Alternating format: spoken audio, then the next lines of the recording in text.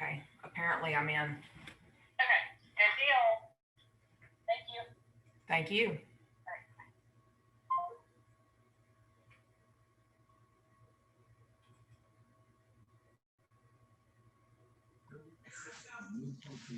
Good morning. Good morning. Can you hear me? Uh-huh. Good.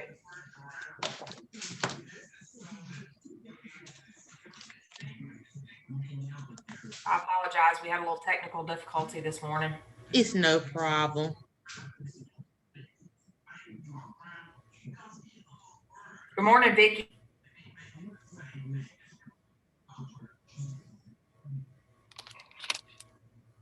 Good morning, Vicki. You there? Good morning, love. I'm here. Okay. Praise the Lord. Okay. I'm sorry we're getting started late, y'all. My email got hacked, and I don't know if it was probably a me problem, and it was probably also Katie was trying to log in. So I think it was a Zoom problem too. But anyway, I do like to start on time and end on time. Okay. So today we're going to talk about seller appointments. And so I have the facilitator version of this. Do y'all have any questions before we get started? Is there any particular things that you want to cover? Did you have an opportunity to read over this at first? Like, what do you want to get out of this? Well, I'm going to take full advantage since it's just me on here now. and because I meet with a seller today to go over our plan of listing her home. And I just really want to make sure when I go today, like I've already done the listing presentation, I've already won the listing. I just want to make sure when I go today that I have because we're signing papers today. Just want to make sure I have everything in order to make sure I'm as professional as possible. Okay. Do you have any questions around any of that? Like I know, of course, I'm taking the agreement and the well, the agreement. She's already signed the recast. She was waiting for the agreement. So take that and take a calendar so we can do everything. I don't want to bombard her with all the paperwork at one time that we need, or is that necessary?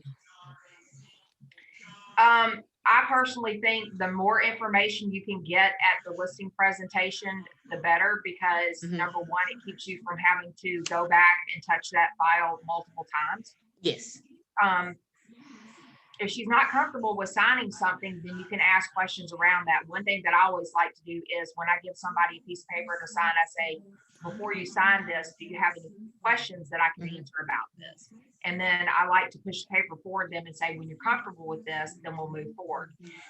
If she has questions around any of the paperwork, one thing that I've found helpful in my career is I like to tell people, it's a lot of information, but I'm here to guide you throughout the entire process. Yes. There are no stupid questions. I never want to be the teacher that writes with one hand and erases with the other. So I just like to clarify that up front so that they know that they're free to ask questions and that I'm available for them and that there are no stupid questions, because in their mind, what they might think is a stupid question, if you know what their questions are, then you can make sure that they have the information. And really at the end of the day, and this talks about contracts a little bit, when I go over the portion of the contract that talks about the licensee, I tell them, I provide information, I open doors, I negotiate, I solve problems. Love, Katie. You can't hold me responsible for neighbors, the neighborhood next door, the construction, Katie, lack of construction, all of those things. Katie, can you let somebody in? Sure. Hang on, let me see how I do that. You normally have some on the screen saying, okay, you got it. Okay. Okay. Yep. Thank you, honey. I appreciate you. It takes a village. That's right. Good morning, ladies. So we were just answering questions that Carol has about the listing today. One of the things that it doesn't talk about in here, but that I have found very helpful is to find out what their motivation is.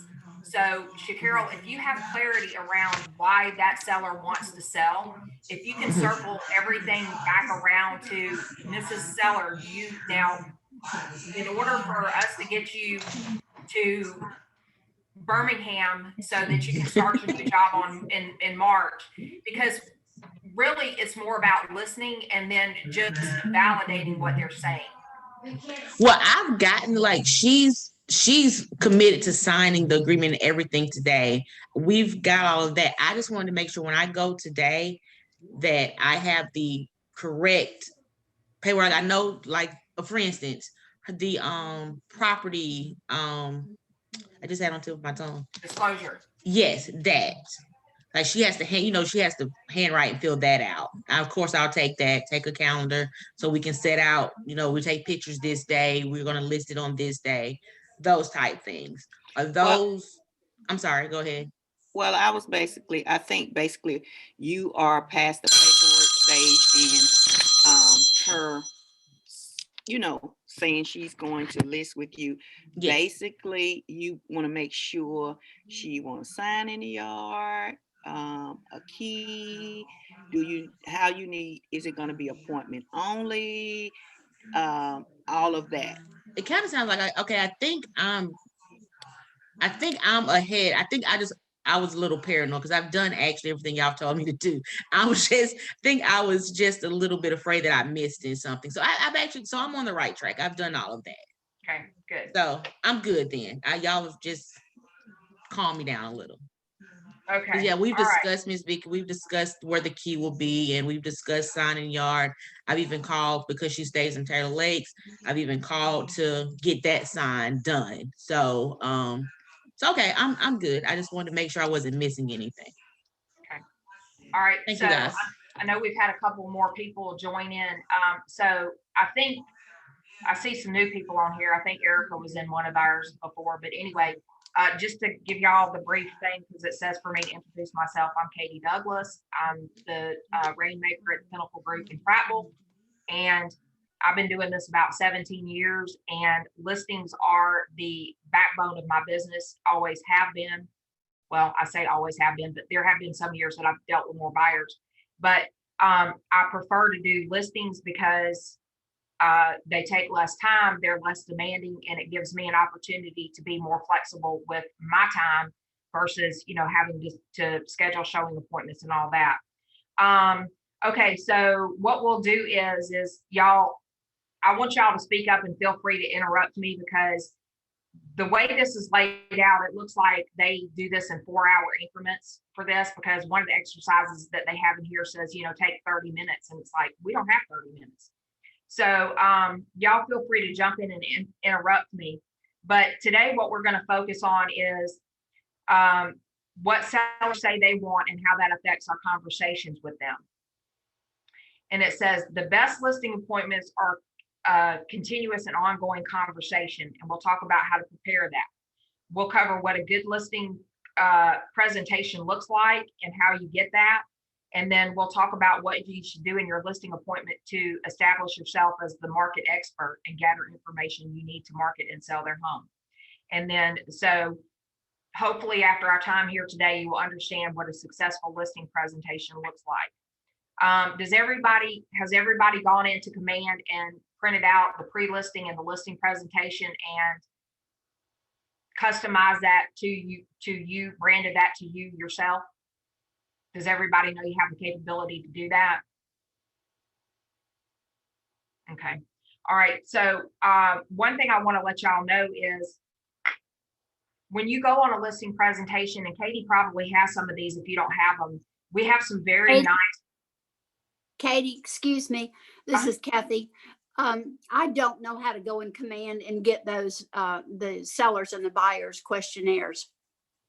Okay. Kathy, I made a note of that. I will call you. Okay. Thank you.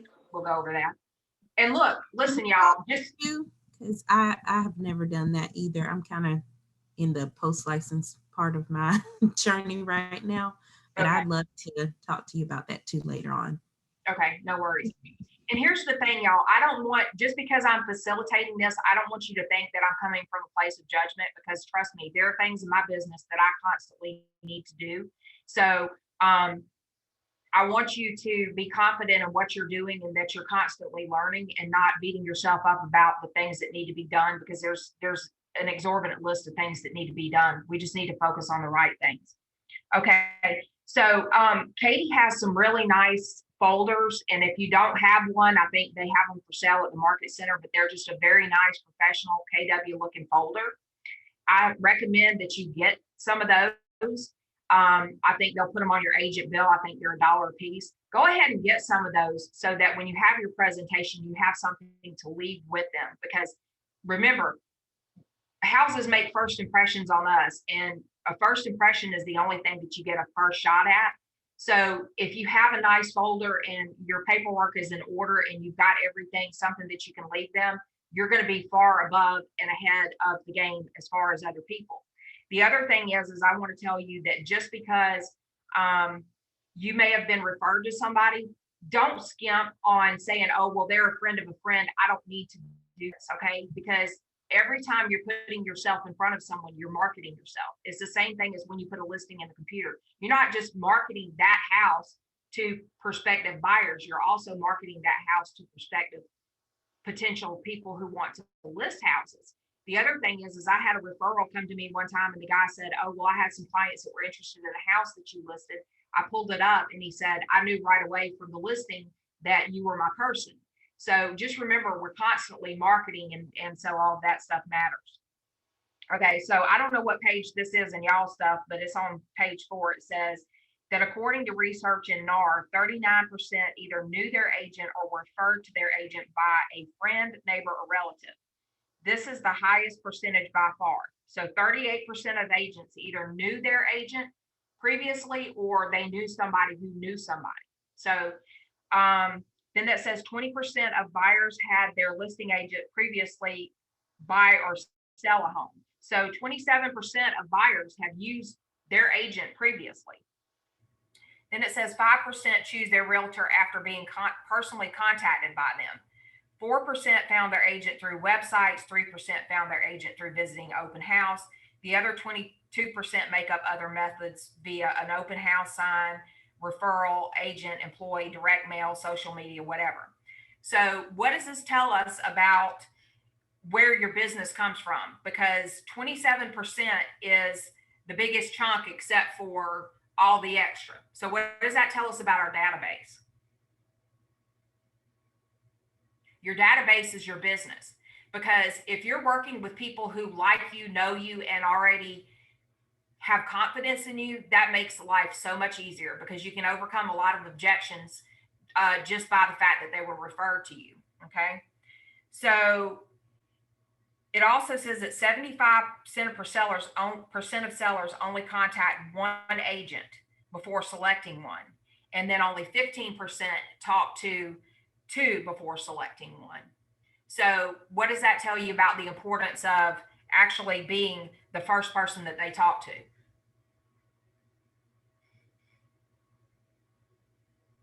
Super important. Yes, it's very important. And so go back to that first impressions. So the other thing is that as you start to build your database, as you start to build houses, you need to be having the conversation with your clients of, hey, who do you know that wants to buy or sell or invest that I can help? Because when people are thinking about selling, they've been thinking about it probably for 2 months before they ever contacted somebody, and they've been talking to people. So don't forget that. Okay, so what does a good first impression look like? Besides being friendly and looking professional, have your paperwork together, then really it's important. You need to ask very probing questions. Okay, you need to listen more than you talk. And for me, that's hard, but you get used to it. So you need to ask really important questions. So, Shacarol, can I role play with you for a second? Sure. Okay, so Shacarol, thank you for having me over today. The home is lovely. May I ask you why you're thinking of selling? Well, it's our family has grown, and it's just time for us to just get a bigger home. Okay. So what I hear you saying is you've outgrown your current home, and it's important for you to find a home that meets your lifestyle at this point in your life. Yes. Okay. All right. So can you tell me a little bit more about what that would look like for you and your family if you were to find the perfect home? Well, it's only three of us, but we have a lot of stuff. So, my daughter's growing up. We want this to be our forever home. So we would lease, we want. I need a big kitchen. My daughter, we need at least 5 bedrooms. We have guest rooms as well. 2 stories, 3,500 plus square feet. And a nice size yard. Okay, awesome. Okay, so what I'm gonna do is I'm gonna put these things on the list, but what I hear you saying is that your daughter is growing up, so you need more room for her, a little more privacy. You are, a kitchen is important to you, Yes. and you want at least 5 bedrooms. Yes. All right. So what is the time frame that you're looking at to be moved by? Um, the next 2 to 3 months, possibly. Okay, okay. So Earlier if ideally, it's we possible. okay, so ideally, if we looked at homes today, would you want to, if we found the right home for you, would you be ready to buy? Yes, we would. Okay. Well, the reason why I asked Shacarol is because there are 3 to 4 buyers for every house out there. And so before we put your house on the market, we need to make sure that we've got a place for you to go. Because if I'm understanding you correctly, you're not moving to move, you're moving to meet a goal. Is that correct? Yes, correct. So basically what I did there is just give y'all an example of, you want to identify why they want to move so you can circle back around to their motivation. Because a lot of times information doesn't cause somebody to respond. Emotions cause somebody to respond. So I don't know if you caught that where I said, you know, your daughter needs a little more room, you need 5 bedrooms, your daughter needs a little more privacy, those types of things. Because once you go back to their motivation, then that will cause them to respond. Our job is not necessarily to make them do anything. Our job is to give them the information that they need in order for them to make an informed decision. Okay. So just keep in mind, the whole goal there is to find out what they're doing. So you just need to ask, did y'all notice how I asked more questions than I did talking? And I know we just have a brief time here. So anyway, it also says that besides being professional, likable, and friendly, 21% want help marketing their home, 20% want to make sure it sells in a certain time frame, 19% want help pricing competitively, 16% want advice on improvements and how to improve their sales price, and 13% want help finding buyers. Only 11% stated that they want to help with the paperwork, inspections, and negotiations. Okay. So, but the reality of it is that we need to be asking when we go in to take the listing, we need to ask them, what is the most important thing to you about this? I promise you, 99% of the time, they're going to want to go straight to the net sheet. Okay.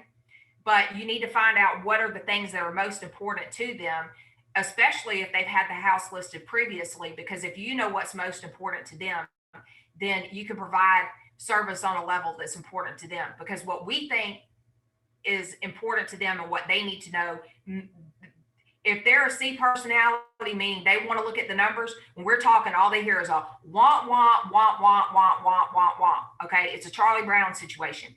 Typically, the husband or the wife, one of them wants to sit down and look at the numbers. So just ask them, what's the most important thing to you about this? And if you need to go with that portion of it first, go to that portion first, because whatever's most important to them, they're going to focus on. It's kind of like if they're sitting there and they're waiting for something, then they're not going to be engaging in other things, because they're going to have that on their mind. Like, I need to know this first. So just ask the question, what's most important to you? The other thing is keep really good notes. Okay. So there are different ways to getting people to convert them. And you have a pre-listing questionnaire, which Kathy and Erica, I'll show you how to get that in offline. Then, so it asks them specific questions about what is their expectations, what is their motivation, how soon do they want to sell. Okay.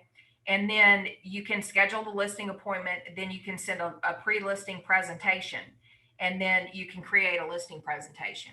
Okay. The pre-listing presentation is a great opportunity, because if you're talking to somebody on the phone, it gives you an opportunity to get their email address, their contact information, and say, hey, if you don't mind, I'm going to email you this information before our meeting tomorrow at 4 o'clock. I'm sure that you'll find it helpful. It will probably spark questions before I get there. And if they're somebody who doesn't use email, you can say, do you mind if I have, somebody drop this off at your house? They'll just leave it at the door. But be sure that you do the pre-listing questionnaire, because it will help them think things through before you actually get there. The other thing is that you're providing them something. If you don't know if they're interviewing with other agents, and typically I don't ask until I get there, but if they're interviewing with other agents, I promise you, even if they are with KW, they probably are not sending a pre-listing presentation, and they may or may not have brought a listing presentation with them. Okay. Just because the information is provided for everybody to get doesn't mean everybody's using it. The listing presentation, if you take the pre-listing presentation to the listing appointment, let's just say, you called and you said, hey, I want you to come over at 3 o'clock today. Then you can, when you go in, what you can do is you can ask them, hey, can we put this at the kitchen table and let me do a quick walk through of the house and look at the house through the eyes of a buyer. Okay. One of the important things about when you're doing a listing is, we talked about listening more than you're talking. Then the questions that you're going to be asking them are going to allow you to identify what is their motivation and be able to categorize them.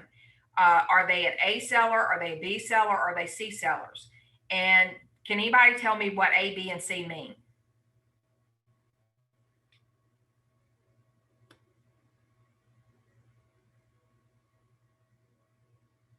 Okay, so A, B, and C. A is the seller is ready, willing, and able to do business in 61 days or more.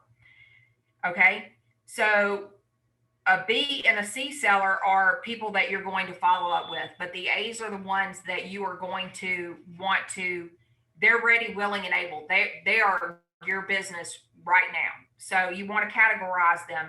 And it may be that when they tell you what their motivation for moving is, if they say, well, I'm moving out of state and I've got to make sure that I get the movers in charge and I'm not going to be able to leave until my new job starts in June, that doesn't mean that they're not ready, willing, and able. It just means that you might want to put them in the B category, but you need a method of follow-up with them so that you know that you're staying on top of this. Okay. One of the things that you need to do in your pre-listing is you need to state your value. So what are the specific things that you want to achieve for that specific seller? And this is where scripts are important. People typically want to know that, and it's real easy. I want to get you the most money in the shortest amount of time.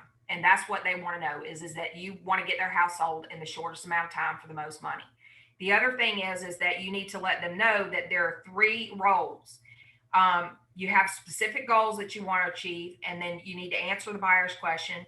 And then the pre-listing packet answers a lot of questions for them. It saves you time, because if you know whether to categorize them as A, B, or C, then if they're not ready, willing, and able, if they're not an A seller, then you may not call them once a week. You may call them once every other week and send a text every week. So how you follow up with those people is very important. How you categorize them is important. What are the biggest questions anyone has about selling their home? How much they're going to net. How much they're going to net, yeah. So what do you think some objections that a seller might have would be around the questions that are important to them? So what are the questions around, let's say if they say, well, how long is it going to take my house to sell, or how much money? How are those objections going to come forth? They're going to come forth with you asking certain questions. And when you ask certain questions, you're going to have to know how to answer those questions. Right. So Vicki, can I role play with you for a second? You can. Okay. So,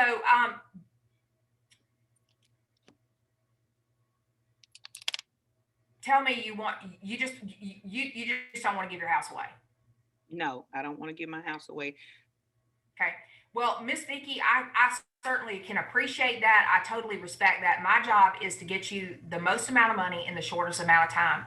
What I need for you to understand is that I don't determine the value of your home. The market determines the value of your home. So based on homes that have sold that an appraiser would probably use to validate the price that we have on your home, that is where we're going to start. So please understand, since I'm not buying your house, I'm going to try to get you the most amount of money in the shortest amount of time. However, I can't promise you anything other than that's what we're going to do. But no, I totally respect that. I do not want you to give your house away.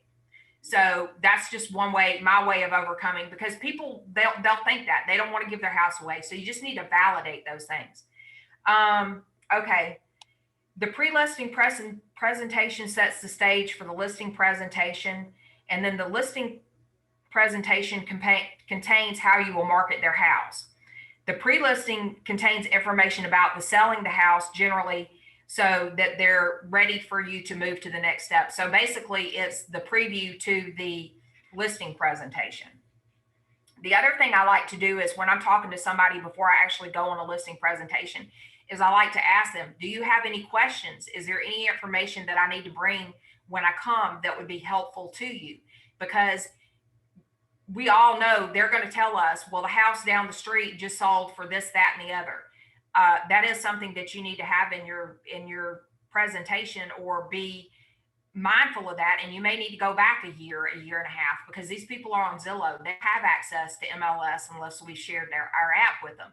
And so you just need to kind of think about what are the objections that they're going to throw at you so that you can overcome those.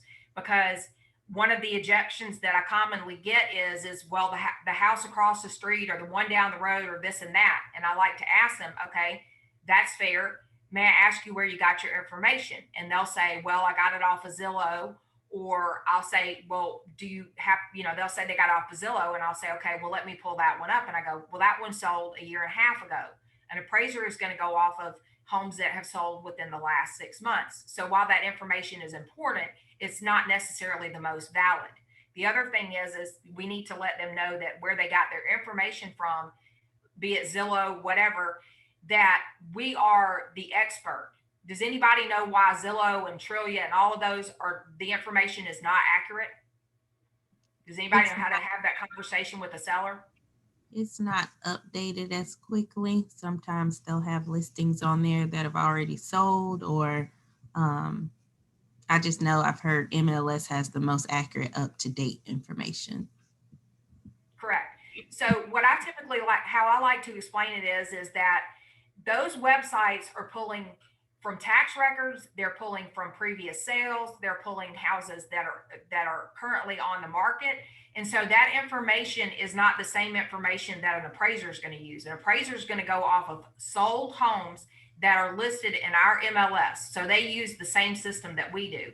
So that information is skewed, but when you can tell them, when you explain to them why Zillow is not accurate, then it kind of starts that whole conversation of why you can demonstrate, or how you can demonstrate your value as being part of the MLS, because ultimately no appraisers use Zillow for finding the value.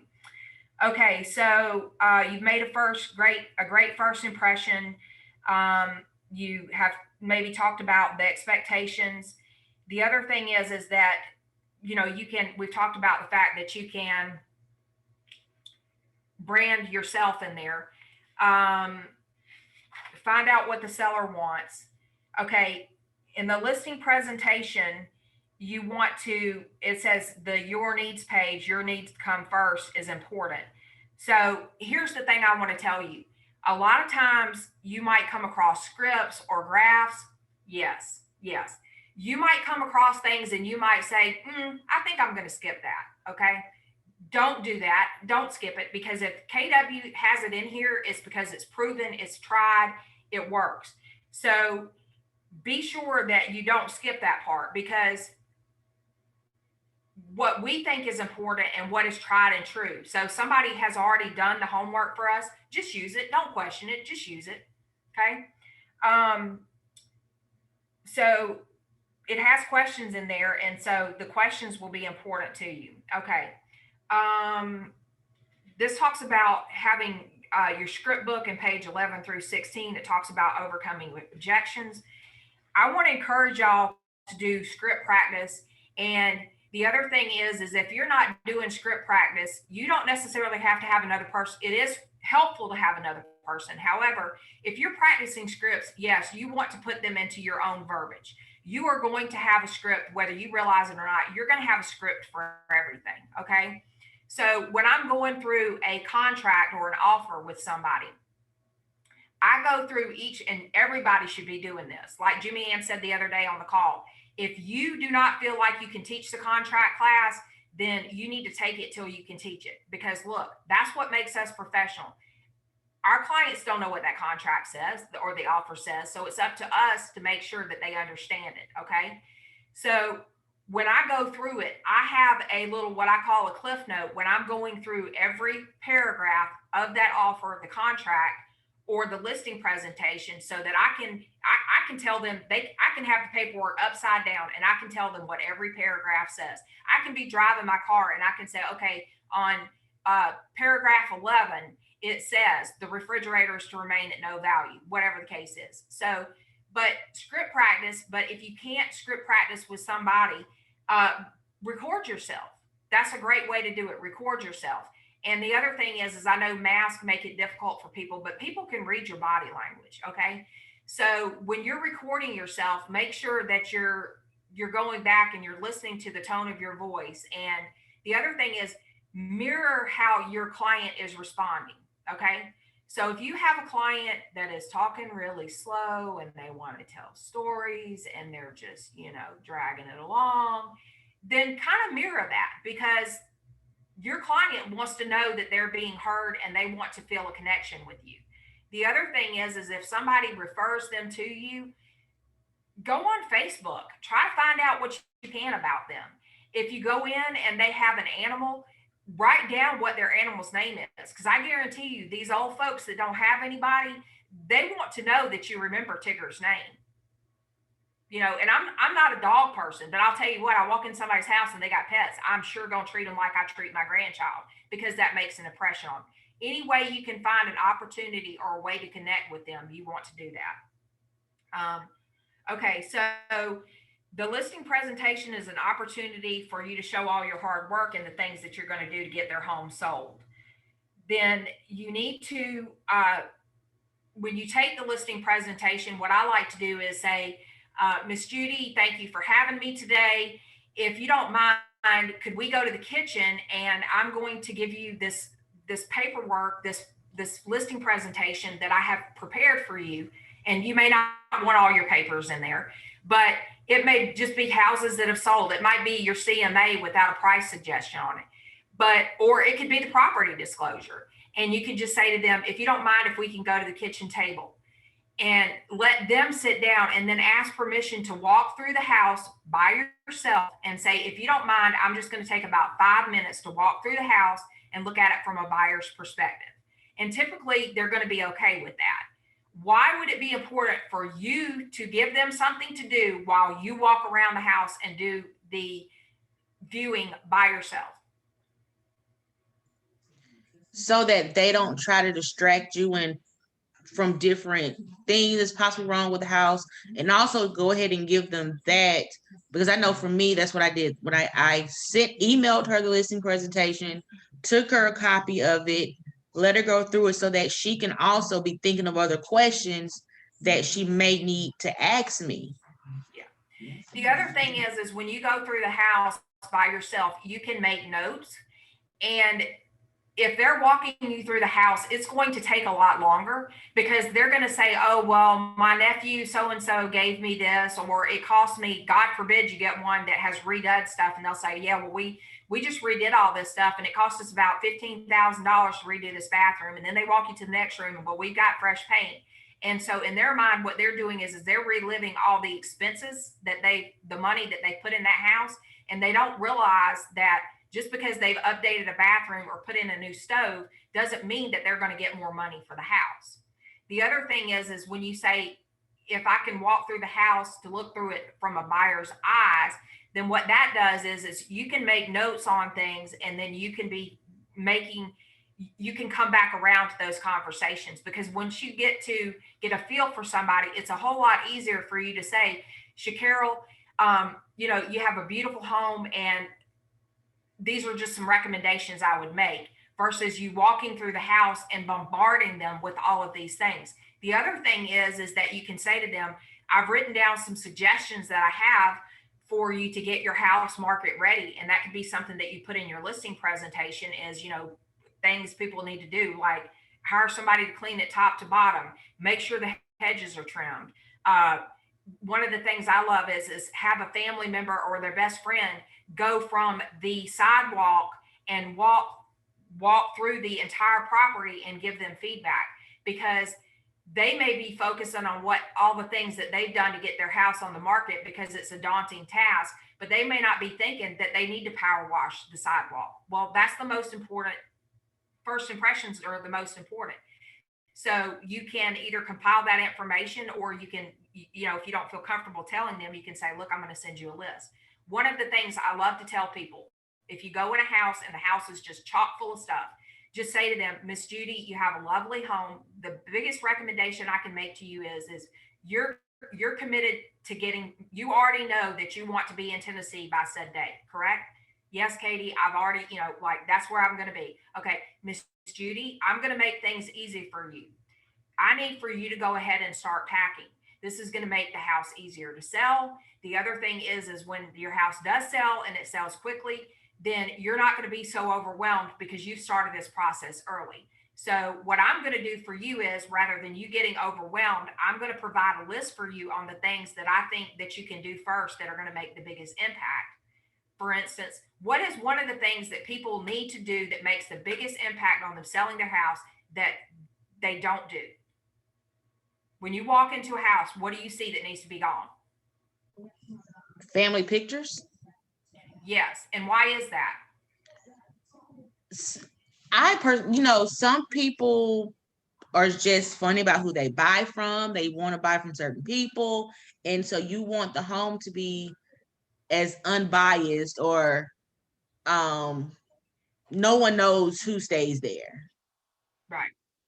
Yeah. And the other thing is a lot of times what'll happen is if people have personal pictures, then they'll walk into a house and they'll go, oh, I know her. I know her from somewhere. And you're like, you just want to say to them, we're not buying people, we're buying houses. So the other thing is that if a buyer can picture themselves and their family in that house, they are more likely to buy that property. So I like to tell people, you know, go ahead and pack those pictures, because you know you're not leaving them. Go ahead and pack those. The other thing is, if the walls are full of stuff, tell them that less is more. The other thing is typically what happens is if they take those things off the wall, even if they leave the nail holes there, it's going to be less likely for a buyer to get upset about, hey, I've got 50,000 nail holes I've got to fill in if there's nothing hanging on the wall. The other thing is I've had buyers walk through houses and they'll say, well, there's no way they can be out of this house in 30 days. And I look at them and I go, well, really? They got 50 men in a truck coming in 45 minutes. And they look at me and they're like, are you serious? And I'm like, it doesn't matter. But if you set them up for success and tell them to go ahead and start packing, that helps, because the house will show better. So, and that's one way for you to provide value, and just tell them, say, if people can picture themselves here, then that makes your house more likely to sell. If their house is packed full of stuff, have them sign a pre-listing agreement, a coming soon, whatever they need to do, put those boxes in the garage, but make sure that if the house is not chock full, because if the house is full of stuff, then people are going to go, well, they've outgrown it. What makes, we'll outgrow it too. Okay. Yeah. I've had a buyer, see people that are already moving with boxes. They're like, oh, they're really ready to move. We can go ahead and get in this house as soon as possible. Yeah. And the other thing I like to tell my sellers is look, I don't have to understand. I don't create the buyers. I just have to understand their thought process. So while this may seem trivial or outrageous to you and I just understand the thought process. And so that's my job, is to tell you these things so that we can make the best first impression. Okay. Do y'all have any questions about any of this so far? Okay, you need to be sending, remember on your goals, you need to do 10 contacts that are added to your command, have 10 conversations a day, 10 handwritten notes, and 10 home previews per week if you can. One of the previews that you might want to do is if you see a really good property and it's move-in condition and it's not occupied, you can always go over with your phone and do a video. The other thing is if you have a listing, if you get a listing, I encourage you to do a video at the time of listing, because I can't tell you how many times I've had people call me and say, do you have a video of this? And since I shot it when I took the pictures, then I can go ahead and send it to that agent. The other thing is that when you're doing your listing, when you put it in MLS, if you put in the property disclosure and if there's a lead-based paint, I want to encourage you to do that in additional supplements. And if you have questions about that, let me know. But it's very easy to do. And if you put that in the MLS and somebody calls you and says, do you have a property disclosure? Then you don't have to stop what you're doing to send that agent an email. It's already there. The other thing is when you get an offer on it, you can say to them, you know, please be sure and have your buyer sign the property disclosure and fill out the lead-based paint. Okay. Okay, so we've talked about the importance of practicing your scripts. If you want to practice scripts, find a script partner. I guarantee you will walk away, because at the end of the day, what scripts do, even if you get off the script, it's going to help you build your confidence. And really that's what it's about. It's about being able to have conversations that are constructive, that no matter what objective they can throw at you, that you can really bring value to the table. And people will stump you, and sometimes you have to laugh and say, well, that's a good question, let me think about it. However, if you get stumped, then, and you say, well, that's a great question, let me think about that, they're going to find you more relatable, and they're going to figure out that you're not just going to throw information at them. And I do think that that's worth stating, that if I don't know something, I'm not going to make up an answer. I'm going to find the answer. I'm going to be your resource. So that's very important. The other thing is it talks about the registry and making sure people are not on the do not call list.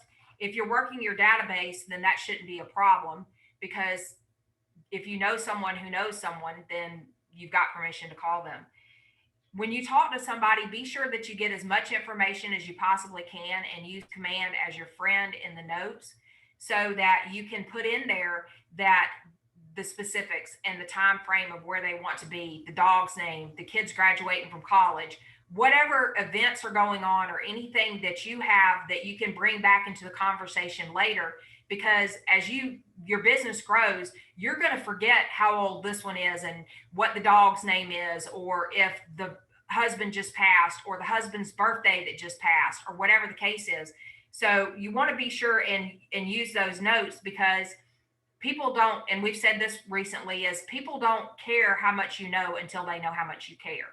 And so once they know how much you care, that not only builds confidence in you with them, but it just makes the transaction a lot easier, because they feel more comfortable asking probing questions. And if they're asking questions, you know what they're thinking. And a lot of times if we're not guessing what they're thinking, then we can deliver our highest and best, knowing what their objections are, what their motivation is, and how we can best help them. So does anybody have any questions thus far? Okay, if you have questions about how to add contacts to command, let me know. One last thing I did want to talk about before we get off is it talks about contracts. And it's very important that I stated this before, that you understand what that document says. It is an offer. When you are sitting with a buyer and you are making it out, it is an offer. It is not a contract until both parties have mutually agreed and signed on. Okay. So when you call somebody and you say, I have an offer for you, it is an offer. It is not a contract. The other thing I want to tell you is that if you have a client that is going to make an offer on a property, I like to personally call the other agent and say, hey, Sarah, this is Katie. I've got a client and we're getting ready to go back to the office and make an offer on this property. Is there anything I need to know? Do you have a property disclosure?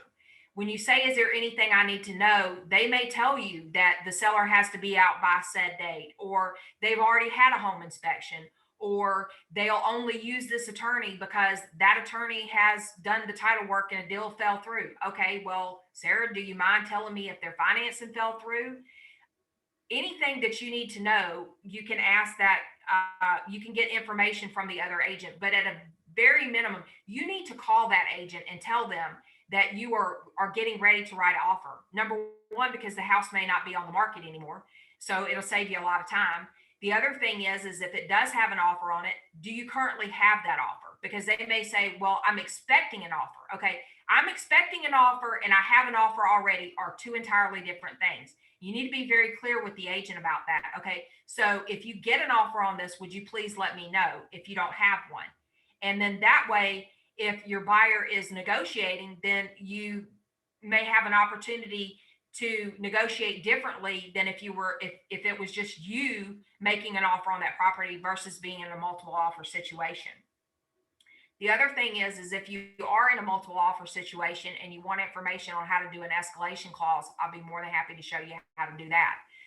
Multiple offer situations are rampant in a lot of areas.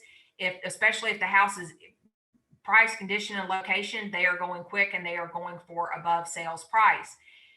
The other reason why you might want to call the other agent and ask them, is there anything you need to know about the property or anything you need to know?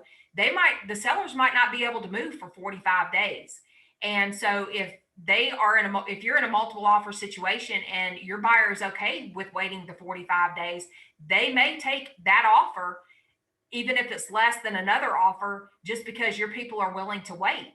And when we're doing listings and we're presenting offers to our sellers, those are things that are going to make a difference, because if you have a seller that needs that 45 days to wait and you've got somebody who's willing to, then you might have to have a conversation around what are the opportunity costs of having to get a hotel, possibly move twice.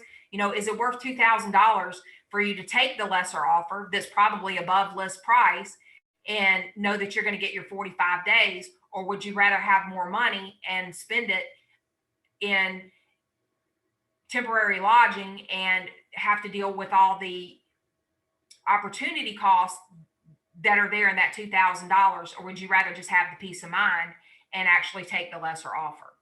So does anybody have any questions? Hey, Katie, Uh-huh. I would like to know if you could explain maybe when you call me about the escalation clause you're talking about. Okay. Actually, I can do it now since y'all are still on the call, and then I know this is probably being recorded. So on the escalation clause, what you need to do is you need to find out what your buyer, so do a market analysis for your buyer, and then you will, on the contract, you will write whatever their offer is. And then you will write and then in the additional provisions, you will write whatever that price is and or $500 more than the highest offer not to exceed. So what you're doing is you're saying that this is their base price, 130, but they won't go more than 135. But if they have an offer that is more than 130, you will go $500 above whatever that asking price is. So what it does is it puts parameters on it, but you don't necessarily know what that other offer is. So no matter what the other offer is, you're already $500 above it without knowing what it is.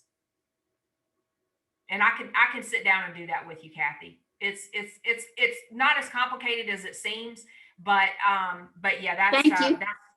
I'm more than happy to answer that question. And I've got seasoned agents that call me about it. I really try as a last resort to pull that out of the hat, because I simply don't want other agents in town knowing that I do it, because once I do it, then they're going, oh, well, that was pretty smart. I'm going to do that the next time. So I don't want anybody using it on me. So basically what you're saying is whatever the highest bid was that they were willing to accept, you'll go $500 higher. Correct. But you do say not to exceed, because you know that there's a maximum that your people want to pay for that house. And we know that people are putting in crazy offers on houses. So if my buyers get beat out on a house, what I'm telling them is, okay, well, the good news is, the bad news is you got beat out. The good news is you didn't overpay for a house. Right. Now, I'm not a licensed appraiser. However, you know, I mean, we do have the information before us. And so part of that is because you got a whole nother ball of problems if the appraisal doesn't come in. So anyway, I'm not sure why I wrote that down, because we're not talking about, we're not talking about buying houses, we're talking about selling. But if you get an offer like that, then let me know and I'll be glad to walk you through that and how that works. The Okay, other thing is, go ahead. Okay. I've heard a lot of people talk about when they go up in the, for instance, with a seller that is not wanting to pay closing costs, but the buyer will recommend that the buyer's agent will recommend that their buyer go up in the listing price. Have you ran into issues where you don't know if it's going to meet the appraisal value when you do that? Yeah, that's a great question. And that is something that typically happens. And that's one of the things that when you're talking in your listing presentation is you do need to make sure that sellers are aware that they need to pay some closing costs. And usually where I get the closing cost figure is based on the solds. I will look and see what the seller has paid in closing costs. But yes, if the seller does not want to pay closing costs, yes, you can go up on the price. What I have found is I had one house that came in below appraisal, and it was one that I sold. It was not my listing, and I was very surprised. But that is something that can happen. But I think what's happening is a lot of times the appraisers can go in there and they can make adjustments for certain things. So I had one that I listed, and I told the people what I would list it for. I said, okay, you're at $239,900. And they had done some improvements to their home. And they were like, well, we were thinking more. Well, they live in a neighborhood where there's brand new construction. And I'm like, your house is more than 5 years old. We can't use the new construction numbers. Right. So they wanted to challenge me a little more on that. And I said, look, why don't we do this? I'll pay for an appraisal. So I paid an appraiser to go out there and look at it, which is a tax write-off. And what he does is he and I are from the same school of thought. And it is a good idea to have an appraiser that you can have conversations with and ask questions. And so I called him and he did the appraisal. And so he called me back after he did the appraisal and he said, my number is 240. What's your number? And I said 239.9. And the only reason why I picked 239.9 is because we know if you go to 240, then it doesn't show up in the system. So my people were adamant about listing that house for 249.9. And I said, okay, well, here's what we're going to do. We'll list it for 249.9. If we do not have 4 showings in the first week and an offer, then we're going to reduce the price. And they said, okay. Well, ultimately, we ended up getting an offer. It was under contract for 243, and it did appraise for 243. So, you know, appraisers do have the ability to go in and actually make adjustments on there. They can give it value for being on a corner lot, or they can give it value for being in a cul-de-sac, or they can give it value for different things. You may have one appraiser that says the swimming pool is worth nothing, and one of them may come in and give value. But I've only run into one this year that it did not appraise. But that's a very good question, because at the end of the day, if the buyers are not paying, if the sellers are not paying any closing costs, then you may have to have that conversation up front, because you need to know what they're going to do based on if the appraisal does come in low. Do they have that money? What is that going to look like? Because technically, if you have an appraisal come in low, the seller has 2 choices. They can sell that house, or they can decide not to sell it. Well, what people are, they're not supposed to renegotiate, but that's what's going on is people are renegotiating based on what it appraises for. So I would just say, you know, let your people know that the appraiser has the final word, but at the end of the day, make sure that you have really good comps. And the other thing that I like to do is when I pull my comparables, typically when you go in there, people are going to want to list it at least 5,000 more than what you're suggesting. And Taisha and I had a really good conversation about this the other day, because I lost a listing because it was a previous client and I gave him a number, and he listed it with somebody else for $25,000 more than what I told him he could get for it. So in my conversation with Taisha, we decided that we were going to go back to here is a window. Here is a estimate of value, and here's where, you know, instead of saying, okay, this is the price you should put it at, kind of have a, you know, a range for them and answer questions about that. And just, but I like to, when I do the comparables, I always like to make sure that the CMA that I'm doing is not based on the highest price and it's not based on the lowest price. I always pick somewhere in between, so that does give the appraiser a little bit of leverage, so that if they need to pull value, then the value is going to be there and we don't run into appraisal problems. Y'all have any other questions? Did that answer your question, Vicki? It did, Katie. Thank you. All right, well, y'all have my cell phone number, and if you have any questions, let me know. Kathy and Erica, I will get with you about the how to find the pre-listing presentation. And so here's the thing: if you want to script practice, if you want to role play, I forget who it is at KW, but every day on their calendar, if they do not have a live listing appointment, they are doing a listing appointment in their office to somebody. Okay. So it's just really important to make sure that you're practicing that, because practice makes perfect. So if y'all have questions, reach out. I appreciate you. Have a great day.